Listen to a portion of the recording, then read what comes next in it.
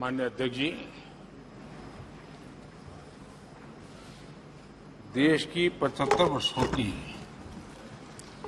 संसदीय यात्रा, उसका एक बार पुनः स्मरण करने के लिए और नए सदन में जाने से पहले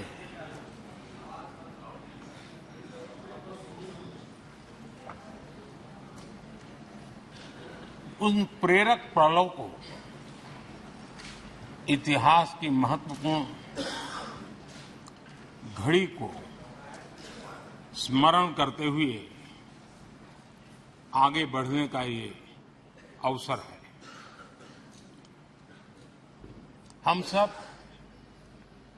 इस ऐतिहासिक भवन से विदा ले रहे हैं। आजादी के पहले ये सदन इंपीरियल लेजिस्लेटिव काउंसिल का स्थान हुआ करता था। आजादी के बाद ये संसद भवन के रूप में उसको पहचान मिली। ये सही है, इस इमारत के निर्माण करने का निर्णय विदेशी शासकों का था, लेकिन ये बात हम न कभी भूल सकते हैं और हम गर्व से कह सकते हैं कि इस भवन के निर्माण में पसीना मेरे देशवासियों का लगा था, परिश्रम मेरे देशवासियों का लगा था और पैसे भी मेरे देश के लोगों के।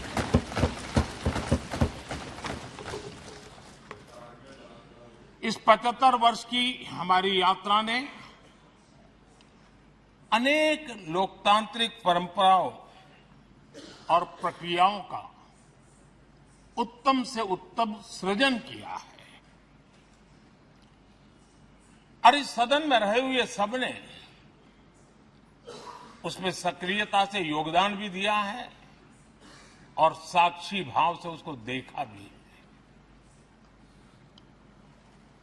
हम भले नए भवन में जाएंगे, लेकिन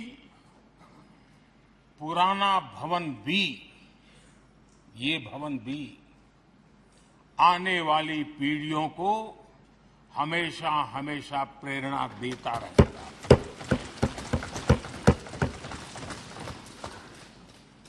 ये भारत के लोकतंत्र की स्वर्णिम यात्रा का एक महत्वपूर्ण अध्याय, जो सारी दुनिया को भारत की रगों में लोकतंत्र का सामर्थ्य कैसे है, इसका परिचित कराने का काम इस इमारत से होता रहेगा। आदरणीय अध्यक्ष जी, अमृतकाल की प्रथम प्रभा का प्रकाश राष्ट्र में एक नया विश्वास, नया आत्मविश्वास, नया उमंग, नए सपने, नए संकल्प और राष्ट्र का नया सामर्थ्य उसे भर रहा है। चारों तरफ आज भारतवासियों की उपलब्धि की चर्चा हो रही है और गौरव के साथ हो रही है। ये हमारे 75 साल के संसदीय इतिहास का एक सामूहिक प्रयास का परिणाम है, जिसके कारण विश्व में आज वो गूंज सुनाई दे रही है। आदरणीय अध्यक्ष जी,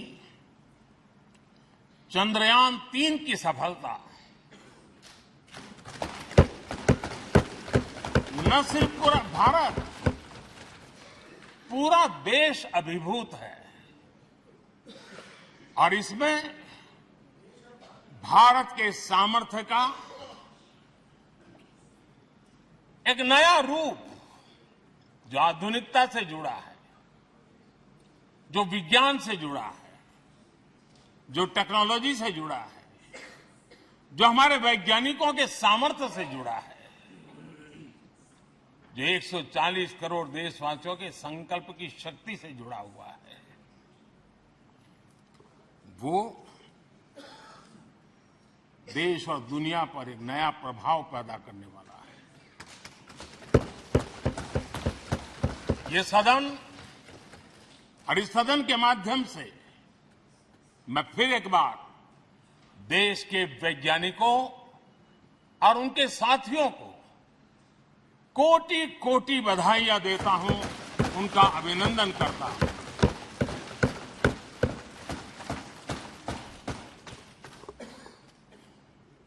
आदरणीय अध्यक्ष जी, ये सदन ने भूतकाल में जब नेम की समिट हुई थी, सर्वसम्मति से प्रस्ताव पारित करके देश के इस प्रयास को सराहा था। आज G20 की सफलता को भी आपने सर्वसम्मति से सराहा है।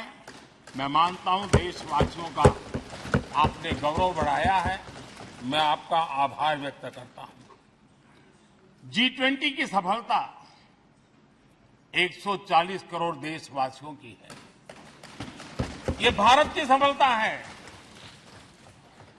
किसी व्यक्ति की सफलता नहीं है, किसी दल की सफलता नहीं है। भारत के फेडरल स्ट्रक्चर ने, भारत की विविधता ने 60 स्थानों पर 200 से अधिक समिट और उसकी मेजबानी हिंदुस्तान के अलग अलग रंग रूप में देश की अलग अलग सरकारों ने बड़े आन बान शान से की और ये प्रभाव पूरे विश्व भर के मन पर पड़ा हुआ है। ये हम सबके सेलिब्रेट करने वाला विषय है, देश के गौरवगान को बढ़ाने वाला है। और जैसा आपने उल्लेख किया, भारत इस बात के लिए गर्व करेगा, जब भारत अध्यक्ष रहा उस समय अफ्रीकन यूनियन इसका सदस्य बना। मैं उस इमोशनल पल को भूल नहीं सकता जब अफ्रीकन यूनियन की घोषणा हुई और अफ्रीकन यूनियन के प्रेसिडेंट, उन्होंने एक इंटरव्यू में कहा कि मेरे जीवन में ऐसी पल थी, शायद मैं बोलते बोलते रो पड़ूंगा। आप कल्पना कर सकते हैं कि कितनी बड़ी अपेक्षा और आशाएं पूरी करने का काम भारत के भाग्य में आया। आदरणीय अध्यक्ष जी, भारत के प्रति शक करने का एक स्वभाव कई लोगों का बना हुआ है और जब आजादी मिली तब से चल रहा है। इस बार भी यही था, कोई डिक्लेरेशन नहीं होगा, असंभव है। लेकिन ये भारत की ताकत है कि वह भी हुआ और विश्व सर्वसम्मति से एक साझा घोषणा पत्र लेकर के आगे का रोड मैप लेकर के यहां से प्रारंभ हुआ है। और अध्यक्ष जी, आपके नेतृत्व में, क्योंकि भारत की अध्यक्षता नवंबर के आखिरी दिन तक है, इसलिए अभी हमारे पास जो समय है उसका उपयोग हम करने वाले हैं। और आपकी अध्यक्षता में दुनिया भर के ये जो G20 के सदस्य हैं, P20 पार्लियामेंट के स्पीकर्स की एक समिट जैसे आपने घोषणा की, सरकार का आपके इस प्रयासों को पूरा समर्थन रहेगा, पूरा सहयोग रहेगा। आदरणीय अध्यक्ष जी, हम सबके लिए गर्व की बात है कि आज भारत विश्व मित्र के रूप में अपनी जगह बना पाया है। पूरा विश्व भारत में अपना मित्र खोज रहा है, पूरा विश्व भारत की मित्रता को अनुभव कर रहा है। और उसका मूल कारण है हमारे जो संस्कार है, वेद से विवेकानंद तक जो हमने पाया है। सबका साथ सबका विकास का मंत्र आज विश्व को हमें साथ लाने में जोड़ रहा है। आदरणीय अध्यक्ष जी, ये सदन से विदाई लेना एक बहुत ही भावुक पल है। परिवार भी अगर पुराना घर छोड़कर के नए घर जाता है तो बहुत सारी यादें कुछ पल के लिए उसको झकझोर देती है। और हम जब ये सदन को छोड़ के जा रहे हैं तो हमारा मन मस्तिष्क भी उन भावनाओं से भरा हुआ है, अनेक यादों से भरा हुआ है। खट्टे मीठे अनुभव भी रहे हैं, नोकझोंक भी रही है, कभी संघर्ष का माहौल भी रहा है और कभी इसी सदन में उत्सव और उमंग का माहौल भी रहा है। ये सारी स्मृतियां हमारे साथ हम सबकी साझी स्मृतियां हैं, ये हम सबकी साझी विरासत है और इसलिए इसका गौरव भी हम सबका साझा है।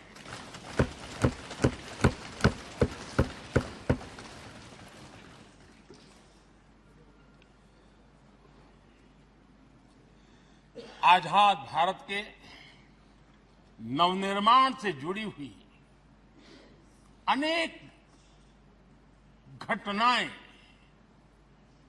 इन 75 वर्ष में यही सदन में आकार लेती हुई हमने देखी है।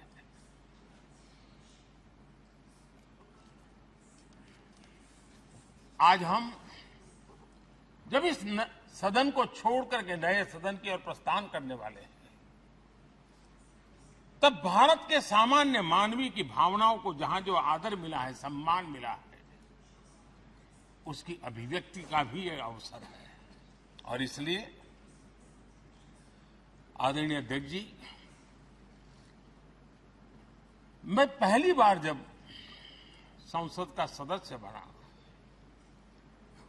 और पहली बार एक सांसद के रूप में इस भवन में मैंने प्रवेश किया तो सहज रूप से मैंने इस संसद भवन के दौर पंक्ति पर अपना शीश झुका करके इस लोकतंत्र के मंदिर को श्रद्धा भाव से नमन करते हुए मैंने पैर रखा था। वो पल मेरे लिए भावनाओं से भरी हुई थी, मैं कल्पना नहीं कर सकता था। लेकिन भारत के लोकतंत्र की ताकत है, भारत के सामान्य मानवीय की लोकतंत्र के प्रति श्रद्धा का प्रतिबिंब है कि रेलवे प्लेटफॉर्म पर गुजारा करने वाला एक गरीब परिवार का बच्चा पार्लियामेंट पहुंच गया।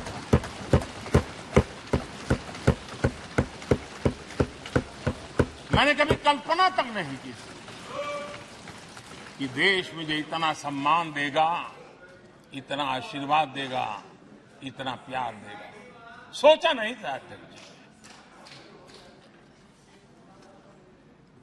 आदरणीय अध्यक्ष जी, हम में से बहुत लोग हैं जो संसद भवन के अंदर जो चीजें लिखी गई उसको पढ़ते भी रहते हैं, कभी कभी उसका उल्लेख भी करते हैं। हमारे यहाँ संसद भवन के प्रवेश द्वार पर एक छांदोग्य उपनिषद का एक वाक्य है, लोक द्वारम करके पूरा वाक्य है। उसका मतलब ये होता है कि जनता के लिए दरवाजे खोलिए और देखिए कि कैसे वो अपने अधिकारों को प्राप्त करती है। हमारे ऋषि मुनियों ने लिखा हुआ, हमारे प्रवेश द्वार पर लिखा हुआ। हम सब और हमारे पहले जो यहां रहे हैं वो भी इस सत्यता के साक्षी है। आदरणीय अध्यक्ष जी, समय रहते जैसे जैसे वक्त बदलता गया, ये हमारे सदन की संरचना भी निरंतर बदलती रही है और अधिक समावेशी बनती गई है। समाज के हर वर्ग का प्रतिनिधि विविधताओं से भरा हुआ इस सदन में नजर आता है। अनेक भाषाएं हैं, अनेक बोलियां, अनेक पहरवेश है, अनेक खानपान है। सदन के अंदर सब कुछ है और समाज के सभी तबके के लोग, चाहे वो सामाजिक रचना के हो, चाहे आर्थिक रचना के हो, चाहे गांव या शहर के हो, एक प्रकार से पूर्ण रूप से समावेशी वातावरण सदन में पूरी ताकत के साथ जन सामान्य की इच्छा आकांक्षाओं को प्रकट करता रहा है। दलित हो, पीड़ित हो, आदिवासी हो, पिछड़े हो, महिलाएं हो, हर एक का धीरे धीरे धीरे योगदान बढ़ता चला गया है। आदरणीय अध्यक्ष जी, प्रारंभ में महिलाओं की सदस्य संख्या कम थी, लेकिन धीरे धीरे माताओं बहनों ने भी इस सदन की गरिमा को बढ़ाया है। इस सदन के गरिमा में बहुत बड़ा बदलाव लाने में उनका योगदान रहा है। आदरणीय अध्यक्ष जी, प्रारंभ से अब तक एक मोटा मोटा हिसाब लगाता था, करीब करीब 7,500 से अधिक जनप्रतिनिधि दोनों सदनों में मिलाकर के योगदान दे चुके हैं। इतने सालों में 7,500 से करीब ज्यादा। इस कालखंड में करीब 600 महिला सांसदों ने भी इस सदन की गरिमा को बढ़ाया है, दोनों सदन की। और आदरणीय अध्यक्ष जी, आप जानते हैं कि इस सदन में आदरणीय इंद्रजीत गुप्ता जी 43 ईयर, अगर मेरी गलती नहीं हो तो 43 ईयर इस सदन में लंबा समय बैठ करके इस सदन के साक्षी बनने का उनको सौभाग्य मिला। और यही सदन है आदरणीय अध्यक्ष जी जहां शकीकुर रहमान जी 93 की एज में भी सदन में अपना योगदान देते रहे, जबकि उनकी उम्र 93। और आदरणीय अध्यक्ष जी, ये भारत के लोकतंत्र की ताकत है कि 25 साल की उम्र की चंद्रमणि मुर्मू इस सदन की सदस्य बनी थी। सिर्फ 25 साल की उम्र की, सबसे छोटी उम्र की सदस्य बनी थी। आदरणीय अध्यक्ष महोदय, वाद विवाद, कटाक्ष, ये सब कुछ हम सबने अनुभव किया है, हम सबने इनिशिएट भी किया है, कोई बात नहीं रही है। लेकिन उसके बावजूद भी शायद जो परिवार भाव हम लोगों के बीच में रहा है, हमारे पहले की पीढ़ियों में भी रहा है, जो लोग प्रचार माध्यमों से हमारे यहां का रूप देखते हैं और बाहर निकलते ही हमारा जो अपनापन होता है, परिवार भाव होता है, वो एक अलग ही ऊंचाई पर ले जाता है। और ये भी इस सदन की ताकत है, एक परिवार भाव। और उसके साथ साथ हम कभी कड़वाहट पाल करके नहीं जाते हैं। हम उसी प्यार से सदन छोड़ने के कई वर्षों के बाद भी मिल जाए तो भी उस प्यार को कभी भूलते नहीं है, उस स्नेह भरे याद दिनों को भूलते नहीं है। वो मैं अनुभव कर सकता हूं। आदरणीय अध्यक्ष जी, हमारे पहले भी और वर्तमान भी हमने कई बार देखा है कि अनेक संकटों के बावजूद भी, अनेक असुविधाओं के बावजूद भी सांसद सदन में आए हैं और उन्होंने शारीरिक पीड़ा भी असह्य हो तो भी सदन में एक सांसद के रूप में, जनप्रतिनिधि के रूप में अपना कर्तव्य निभाया है ऐसी अनेक घटनाएं आज हमारे सामने हैं। गंभीर गंभीर बीमारियों के बावजूद भी कोई व्हीलचेयर में आना पड़ा, किसी को डॉक्टरों को बाहर खड़े रख करके अंदर आना पड़ता था, लेकिन सभी सांसदों ने कभी न कभी इस प्रकार से अपनी भूमिका निभाई।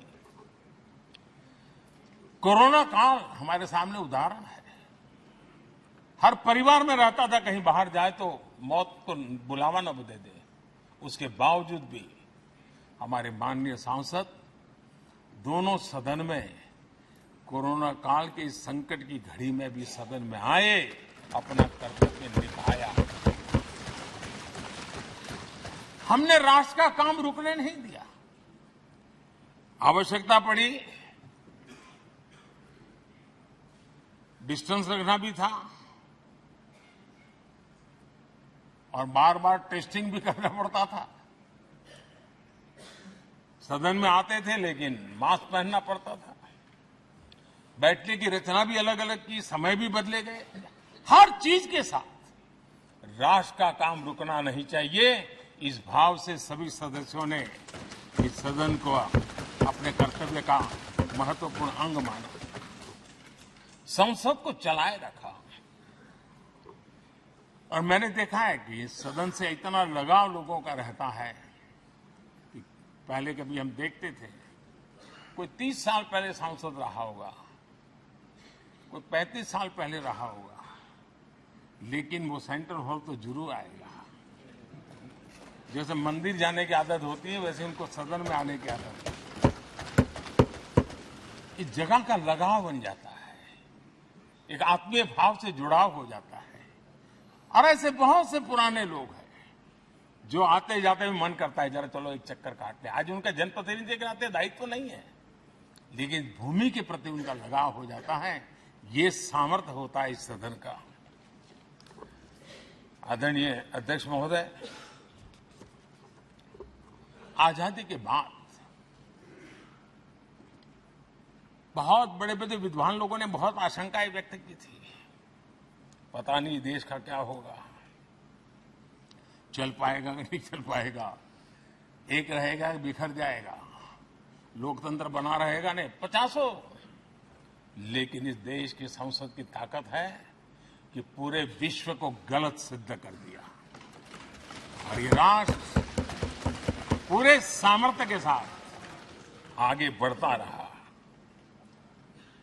और इस विश्वास से कि हम भले आशंकाएं होंगी, घने काले बादल होंगे, लेकिन सफलता प्राप्त करते रहेंगे। और ये हम सब लोगों ने, हमारी पुरानी पीढ़ियों ने मिलकर के इस काम को करके दिखाया है। इसका गौरवगान करने का ये अवसर है। आदरणीय अध्यक्ष जी, इसी भवन में 2 साल 11 महीने तक संविधान सभा की बैठकें हुई और उसने देश के लिए एक मार्गदर्शक जो आज भी हमें चलाता है, हमारे संविधान दिया।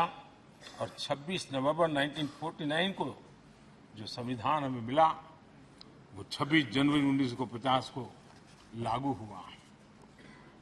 इन 75 वर्षों में सबसे बड़ा जो अचीवमेंट है वो ये है कि देश के सामान्य मानवी का इस संसद पर विश्वास बढ़ता ही गया है। और लोकतंत्र की सबसे बड़ी ताकत यही है कि इस महान संस्था के प्रति, इस महान इंस्टीट्यूशन के प्रति, इस व्यवस्था के प्रति उनका विश्वास अटूट रहे, विश्वास उनका बना रहे। इन 75 वर्षों में हमारी संसद ने जन भावनाओं की अभिव्यक्ति का भवन भी बना दिया। यहां जन भावनाओं की पुरजोश अभिव्यक्ति और हम देखते हैं राजेंद्र बाबू से लेकर डॉक्टर कलाम, राम जी, इन सब संबोधन का लाभ हमारे सदनों को मिला है, उनका मार्गदर्शन मिला है। आदरणीय अध्यक्ष जी, पंडित नेहरू जी से लेकर के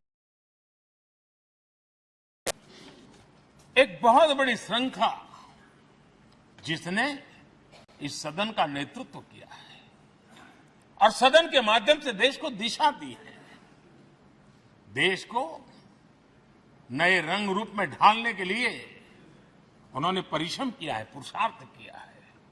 आज उन सबका गौरवगान करने का भी अवसर है। आदरणीय अध्यक्ष जी,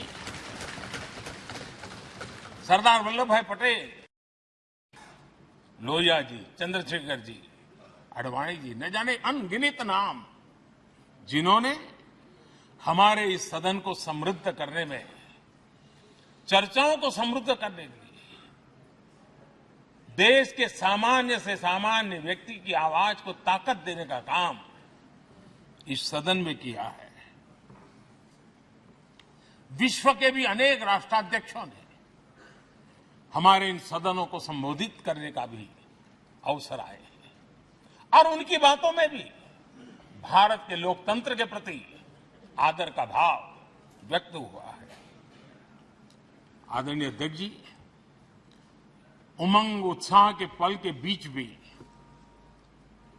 कभी सदन की आंख से आंसू भी बहे। ये सदन दर्द से भर गया जब देश को 3 अपने प्रधानमंत्री उनको अपने कार्यकाल में ही खोने की नौबत आई, नेहरू जी, शास्त्री जी और इंदिरा जी। तब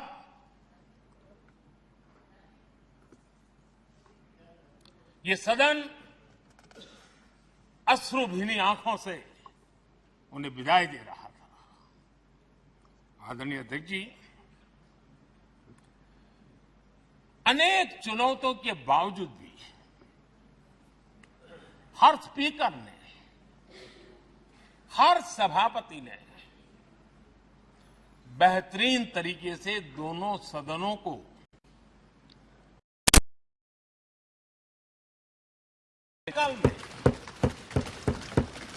उन्होंने जो वो निर्णय मावलंकर जी से काल से शुरू हुए हो या सुमित्रा जी के कालखंड के हो या बिरला जी के, आज भी उन निर्णयों को रेफरेंस पॉइंट माना जाता है। ये काम हमारे करीब 17 स्पीकर और उसमें 2 हमारी महिला स्पीकर ने भी, और मावलंकर जी से लेकर के सुमित्रा ताई तक और बिरला जी का मार्गदर्शन आज भी हमें मिल रहा है। हर एक ने अपनी अपनी शैली रही है, लेकिन उन्होंने सबको साथ लेकर के नियमों कानूनों के बंधन में इस सदन को हमेशा ऊर्जावान बनाए रखा है। मैं आज उन सभी स्पीकर महोदय को भी आज वंदन करता हूं, अभिनंदन करता हूं। आदरणीय अध्यक्ष जी, ये सही है कि हम जनप्रतिनिधि अपनी अपनी भूमिका निभाते हैं, लेकिन सातत्यपूर्ण तरीके से हमारे बीच जो ये टोली बैठती है, उनकी भी कई पीढ़ियां बदल गई है। कभी कागज लेके दौड़ के आते हैं, उनका भी योगदान कम नहीं है।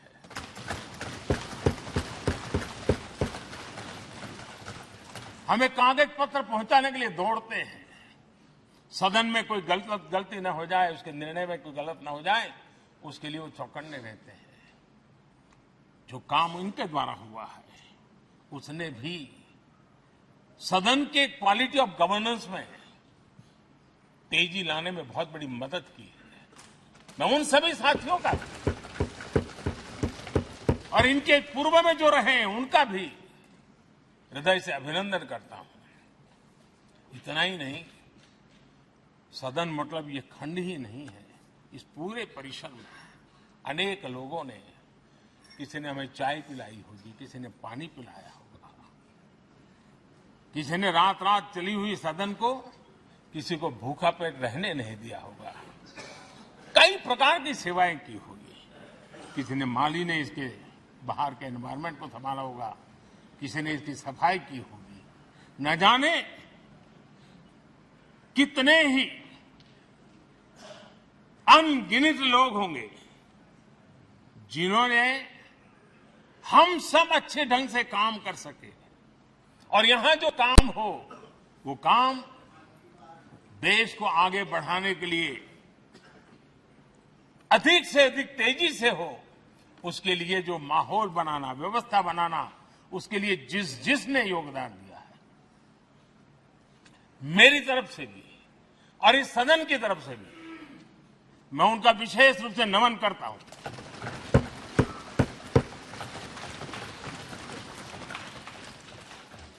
आदरणीय अध्यक्ष जी,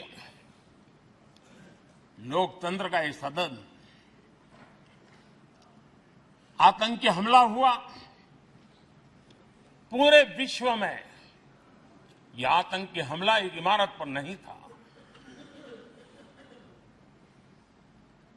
ये मदर ऑफ डेमोक्रेसी एक प्रकार से हमारी जीवात्मा पर यह हमला था। ये देश उस घटना को कभी भूल नहीं सकता है, लेकिन आतंकियों से लड़ते लड़ते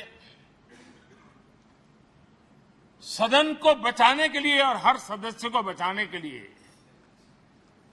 जिन्होंने अपने सीने पर गोलियां झेली, आज मैं उनको भी नमन करता हूं। हमारे बीच नहीं है, लेकिन उन्होंने बहुत बड़ी रक्षा की है। आदरणीय अध्यक्ष जी, जब आज हम इस सदन को छोड़ रहे हैं, तब मैं उन पत्रकार मित्रों को भी याद करना चाहता हूं जिन्होंने जीवन में, कुछ लोग तो ऐसे हैं जिन्होंने पूरा जीवन अपने कार्यकाल में संसद के काम को ही उन्होंने रिपोर्ट किया है। एक प्रकार से वो जीवंत साक्षी रहे हैं। उन्होंने यहां की पल पल की जानकारी देश तक पहुंचाई, और तब तो ये सारा टेक्नोलॉजी अवेलेबल नहीं थी। तब वही लोग थे जो यहां की बात पहुंचाते थे, और उनका सामर्थ्य था वो अंदर की भी पहुंचाते थे और अंदर की भी पहुंचाते थे।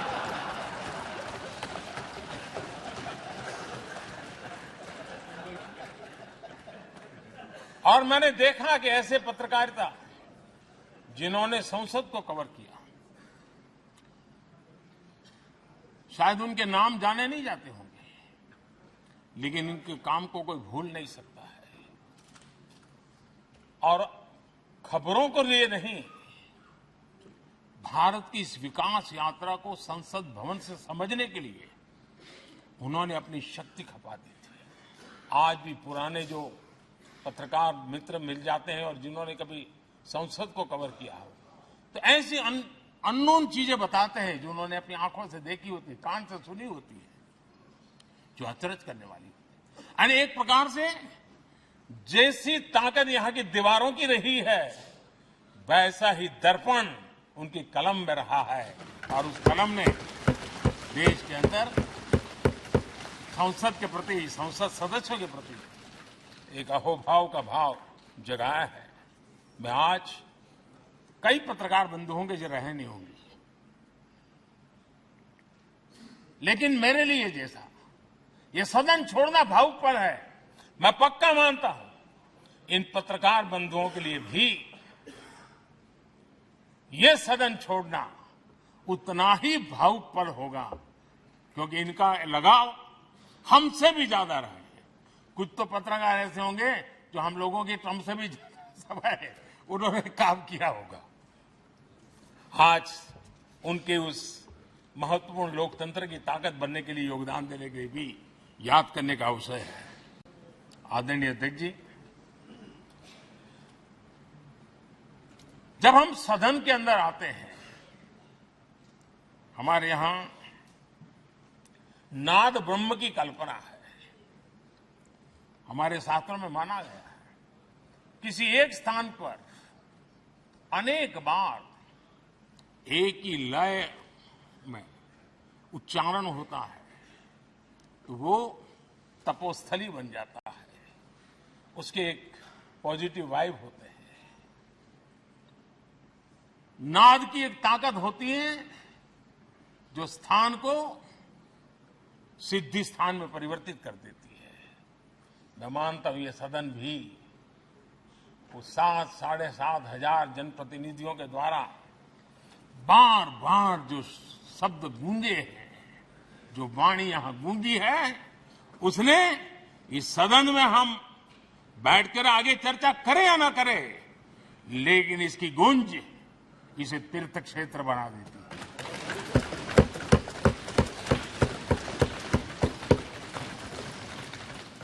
एक जागृत जगह बन जाती है और लोकतंत्र की प्रति श्रद्धा रखने वाला व्यक्ति आज से 50 साल के बाद भी जब यहां देखने के लिए भी आएगा तो उसे उस गूंज की अनुभूति होगी कि कभी भारत की आत्मा की आवाज यहां पर गूंजती थी। और इसलिए अध्यक्ष महोदय, ये वो सदन है जहां कभी भगत सिंह, बटुकेश्वर दत्त, उन्होंने अपनी वीरता सामर्थ्य से अंग्रेज सल्तनत को जगा दिया था बम का धमाका कर कर। वो बम की गूंज भी जो देश का भला चाहते हैं उनको कभी सोने नहीं देती। आदरणीय अध्यक्ष जी,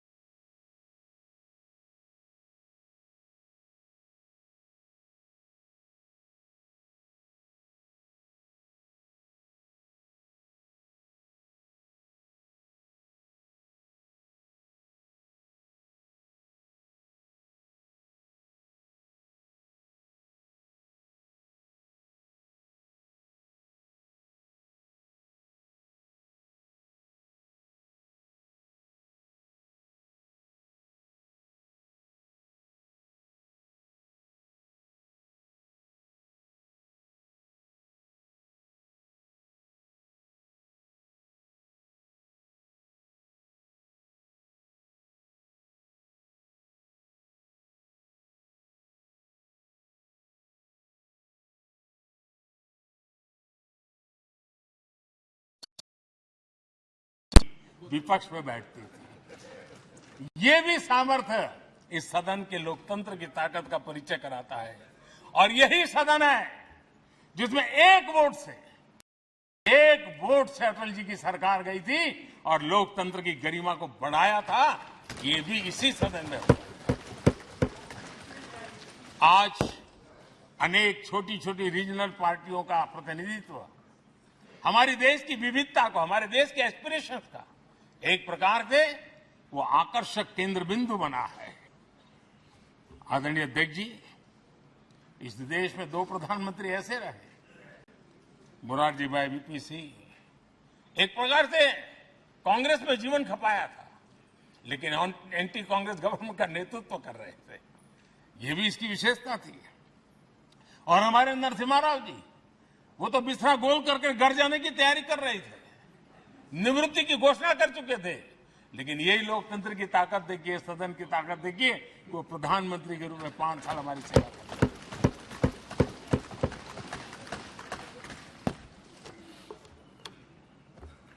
आदरणीय अध्यक्ष जी,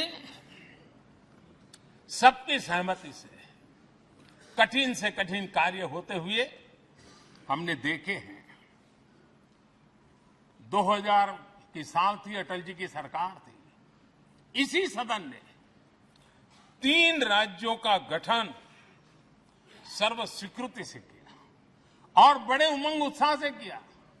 जब छत्तीसगढ़ की रचना हुई तो उत्सव छत्तीसगढ़ ने भी मनाया, उत्सव मध्य प्रदेश ने भी मनाया। जब उत्तराखंड की रचना हुई तो उत्सव उत्तराखंड ने भी मनाया, उत्सव उत्तर प्रदेश ने भी मनाया। जब झारखंड की रचना हुई तो उत्सव झारखंड ने भी मनाया, उत्सव बिहार ने भी बताया। ये हमारे सदन का सामर्थ्य, सब सहमति का वातावरण बना करके। लेकिन कुछ कड़वी यादें वो भी है कि तेलंगाना के हक को दबोचने के लिए भारी प्रयास हुए, खून की नदियां भी बही और बनने के बाद न तेलंगाना उत्सव मना पाया, न आंध्र उत्सव मना पाया। एक कटुता के बीज बो दिए गए। अच्छा होता उसी उमंग और उत्साह के साथ हम तेलंगाना का निर्माण करते तो एक नई ऊंचाई पर आज तेलंगाना पहुंच चुका होता। आदरणीय अध्यक्ष जी, संविधान सभा ने, आदरणीय अध्यक्ष जी, इस सदन की परंपरा रही है। संविधान सभा ने उस समय अपना दैनिक भत्ता 45 रुपये से कम करके 40 कर दिया था। उनको लगा हमें इसको कम करना चाहिए। आदरणीय अध्यक्ष जी, यही सदन है कैंटीन में मिलने वाली सब्सिडी, जो बहुत कम पैसे में खाना मिलता था, इसी सदस्यों ने उस सब्सिडी को भी खत्म कर दिया और पूरा पैसा देकर के अब कैंटीन में खाते हैं। आदरणीय अध्यक्ष जी, कोरोना काल में जब जरूरत पड़ी तो यही सांसद जिन्होंने एमपी लेड फंड को छोड़ दिया और देश को इस संकट की घड़ी में मदद करने के लिए आगे आए। इतना ही नहीं, कोरोना काल में इसी सदन के सांसदों ने अपने तनख्वाह में 30% कटौती की और उन्होंने देश के सामने आए हुए संकट में अपनी बहुत बड़ी जिम्मेवारी निभाई। आदरणीय अध्यक्ष जी, हम गर्व से कह सकते हैं, ये सदन में बैठे हुए लोग भी कह सकते हैं, हमारे पूर्वज जो सदन में बैठे थे वो भी कह सकते हैं कि हम ही लोग हैं जिन्होंने हम पर डिसिप्लिन लाने के लिए हमारे यहां जनप्रतिनिधित्व कानून में समय समय पर कठोरता बरती। नियम हमने ही लादे, हमने ही तय किया कि नहीं, जनप्रतिनिधि के जीवन में ये नहीं हो सकता। मैं मानता हूं ये जीवंत लोकतंत्र का बहुत बड़ा उदाहरण है और ये सदन ने दिया है, यही माननीय सांसदों ने दिया है और हमारी पुरानी पीढ़ी के सांसदों ने दिया है। और मैं मानता हूं कि कभी कभी उन चीजों को भी याद करना चाहिए। आदरणीय अध्यक्ष जी, हम जो वर्तमान सांसद हैं उनके लिए तो ये विशेष सौभाग्य का अवसर है। सौभाग्य का अवसर इसलिए है कि हमें इतिहास और भविष्य दोनों की कड़ी बनने का अवसर देता है।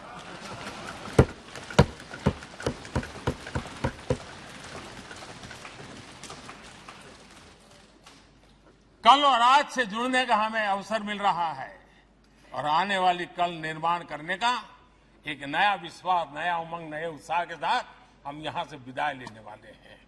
आदरणीय अध्यक्ष महोदय, आज का दिवस सिर्फ और सिर्फ इस सदन के सभी 7,500 जनप्रतिनिधि रह चुके हैं, उनके गौरवगान का पल है।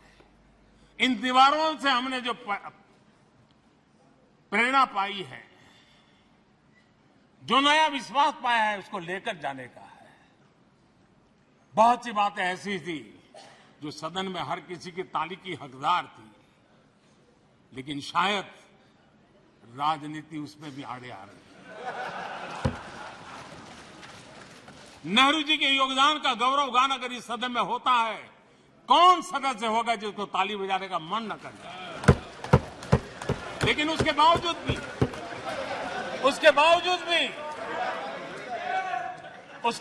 भी देश के लोकतंत्र के लिए बहुत जरूरी है हम सब ने अपने यहां सोच लें। आदरणीय अध्यक्ष जी,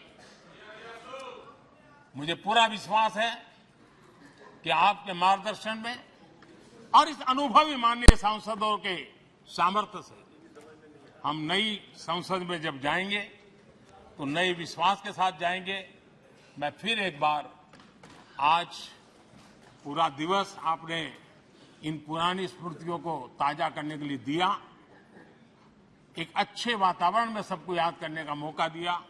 इसके लिए मैं आप सबका आपका हृदय से आभार व्यक्त करता हूं और मैं सभी सदस्यों से आग्रह करूंगा कि अपने जीवन की ऐसी मधुर यादों को यहां हम जरूर व्यक्त करें, ताकि देश तक पहुंचे कि सचमुच में ये हमारा सदन, ये हमारे जनप्रतिनिधियों की गतिविधि सच्चे अर्थ में देश को समर्पित है, इसका भाव लोगों के तक पहुंचे।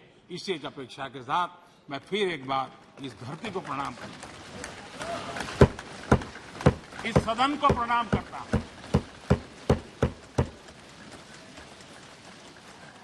भारत के मंदिरों से बनी हुई हर एक दीवार के हर एक ईंटे को प्रणाम करता हूं और पिछले 75 साल में भारत के लोकतंत्र को नया सामर्थ्य शक्ति देने वाले हर गुंज को, उस नाद ब्रह्म को नमन करते हुए मेरी वाणी को विराम कर देता हूं। बहुत बहुत धन्यवाद।